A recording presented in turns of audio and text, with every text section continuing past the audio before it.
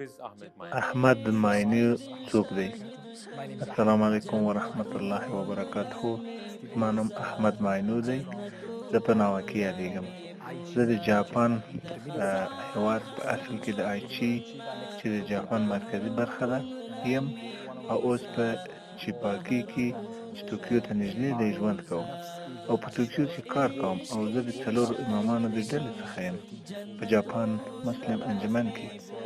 زما نفس په 14 کلنۍ کې راویښ شو، او له ځانه مې پوښتنې پیل کړې چې له کومه راغلی یې، چیرته ځې او د څه لپاره ژوند کوم.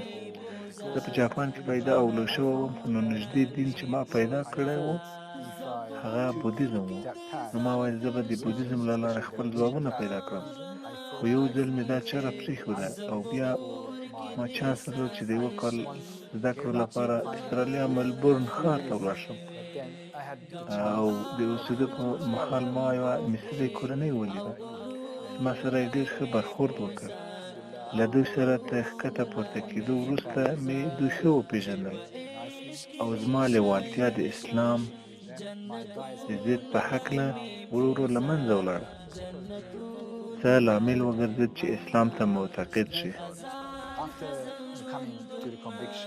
وروسته له دې چې زه باوري شوم چې اسلام هغه رښتیا و چې زه یې په لټه کې وم، ما لا هم د خپل راتلونکي غم درلود، ځکه زه هم یو له هغو وم چې اسلام ضد نظر یې درلود.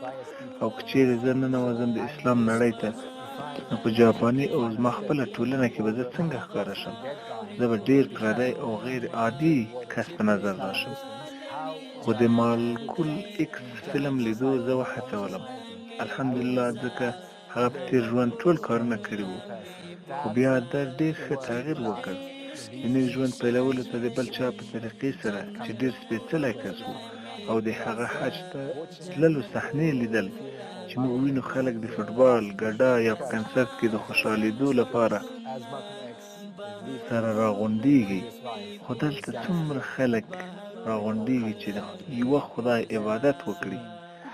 تر دې زیات ستاینه وجود لري؟ ما ویل نه. خو زه بالاخره پوه شوم چې مسلمان کېدل په دې معنا نه دي چې ته باید بې زړه او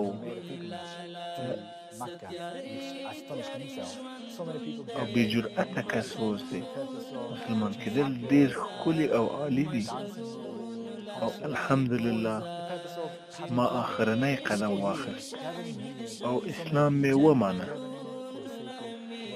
او په هغه شپه چې مې دا فلم ولیدو، نو متوجه شوم چې دا یې وخت دی چې زه باید اسلام ومنم او بیرته الله تعالی ته راوګرځم. کله چې زه خپل زنګنونه او سر په ځمکه ږدم او لمونځ کوم الله تعالی ته، زه ډېر ښه احساس کوم.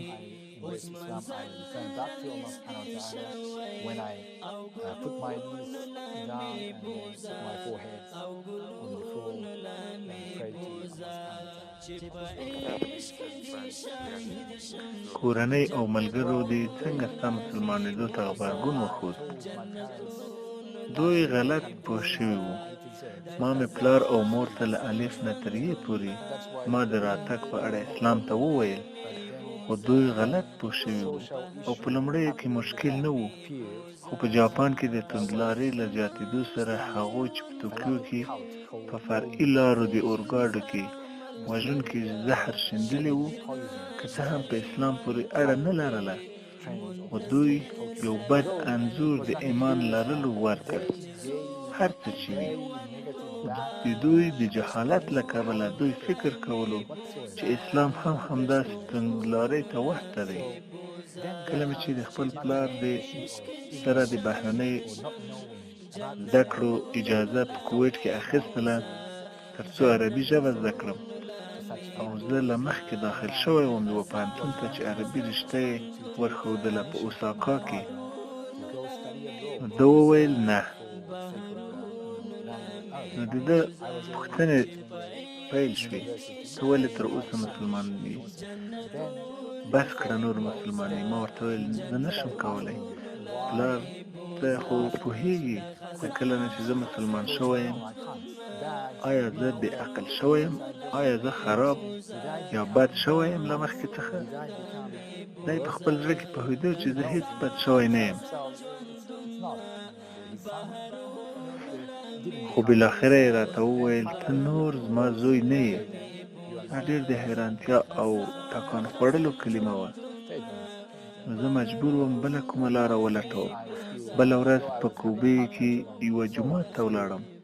خپله ستونزه مې د یوه مصري امام سره شریکه کړه او دا یو وړاندیز راکړ د مصر سفارت ته تر څو د الازهر پوهنتون کې خپلې زده کړې وکړی شم. نو ما د پوسټ له لارې دغه لیک سفارت ته ولېږو او بېرته خپل مور او پلار ته ولاړم.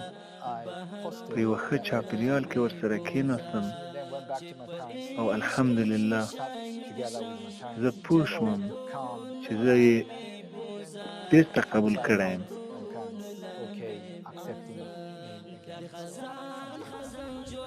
آیا کوم یو له دوی مور او پلار څخه دی وروسته له تا اسلام قبول کړ؟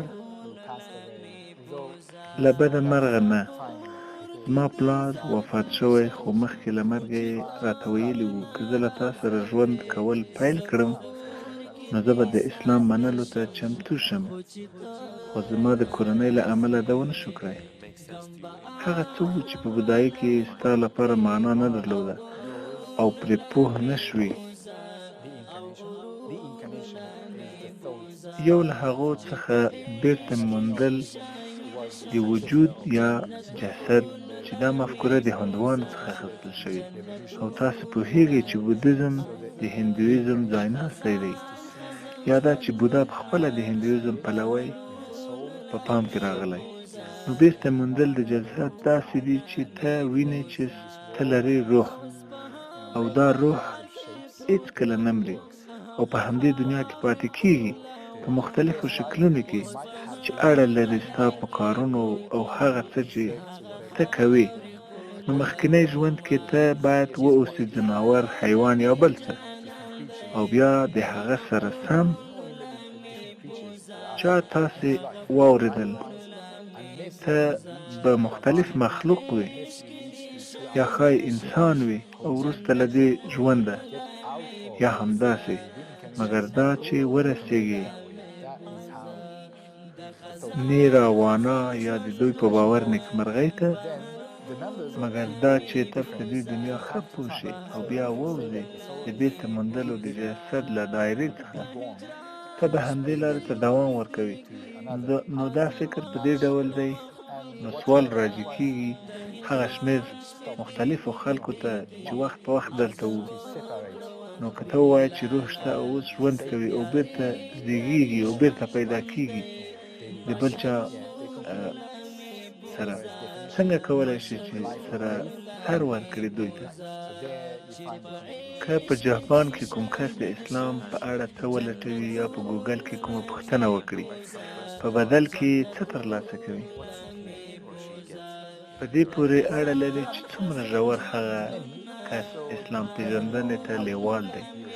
خو له بده مرغه ځینې کتابونه دي چې د ختیځ پېژندونکو لخوا لیکل شوي دي، هغوی چې غواړي د اسلام په ضد نفرت خپور کړي د جاپان د خلکو په منځ کې، او دا به لومړنۍ رسنۍ وي چې دوی کولی شي ترسره یې کړي.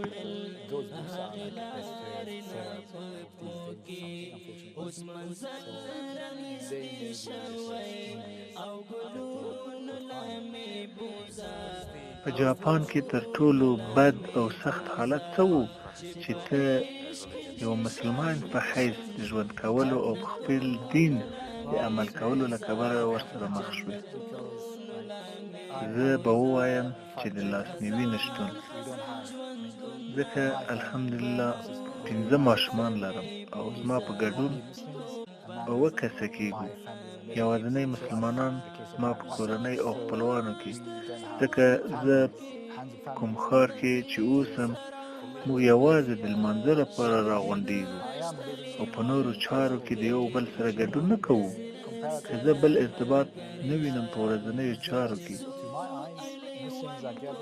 او د خلکو منځ کې بله داسې اړیکه زه نه وینم د دوی په ورځنیو چارو کې.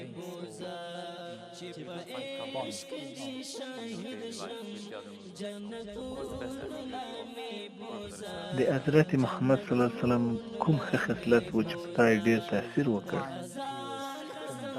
د هغه مهرباني، په ځانګړې توګه کله چې له طایف څخه بېرته راتلو او غوښتل یې د طایف خلکو ته بلنه ورکړي، خو په مقابل کې په ډبرو وویشتلو.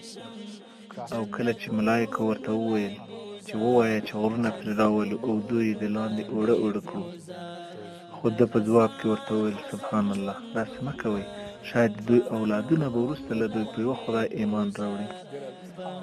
ولې دې وغوښتل چې امام واوسې؟ ځکه څوک نشته چې امام شي، ځکه لږ له دوی څخه حتی مسلمان پاتې کېږي. ډېر خلک دي چې شهادت وایي، خو الله پوهېږي وروسته له شهادته څه کېږي، ځکه هیڅ سیستم نه دی جوړ شوی تر څو دوی د وروسته د لاندې لوېدو خیال وساتي. او په ځانګړې توګه هغوی چې له بهره جاپان ته راځي، هغوی چې مینوال د دعوت دي، دوی خلک رابلي، خو کله چې شهادت ادا کړي دوی په بل هدف پسې روانېږي پرته د پام کولو دغه نوي کس ته. کله چې زه وروسته له مسلمانېدو ځوان وم، هلته یو څو د اسلامي زده کړو څخه فارغ شوي کسان هم وو، او زه فکر کوم همدا دلیل و چې ولې زه لرې پاتې شوم له نورو فعالیتونو څخه. دوی په توکیو کې اوسي او لږ له دوی ما ته او ورته کسانو ته لکه زه لاسرسی لري. ما له ځانه وپوښتل که څه هم دوی زده کړل او دوی ته چانس په لاس ورغلی و چې زده کړي د الله دین، خو دوی ښه کارونه نه کوي. خو وروسته زه پوه شوم هر یو خپل ژوند لري او دوی په ورځنیو چارو بوخت دي، خو دوی هر څه چې وي ښه زحمت نه وباسي. که هیڅ څوک دا نه کوي زه غواړم ترسره یې کړم.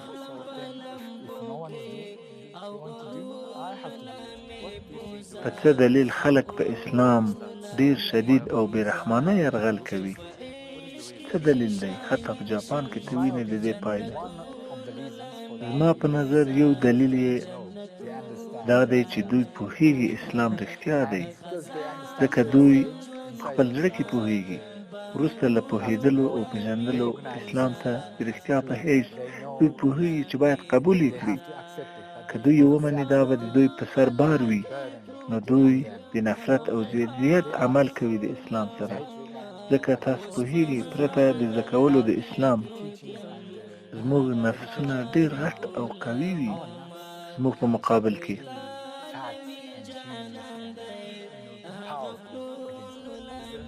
څه شته چې په پای کې اضافه کړي؟ هو، که چیرې تاسو د ورونو او خویندو په منځ کې وئ، نو زما او زما د کورنۍ لپاره دعاګانې وکړئ، په ځانګړې توګه زما د مور د اسلام لپاره، او زما د میرمنې د مور لپاره، او زما د خیشاوندۍ د ورور لپاره، یعنی هغه چې له ورته مور او پلار څخه وروسته د طلاقه نړۍ ته راغلي وي.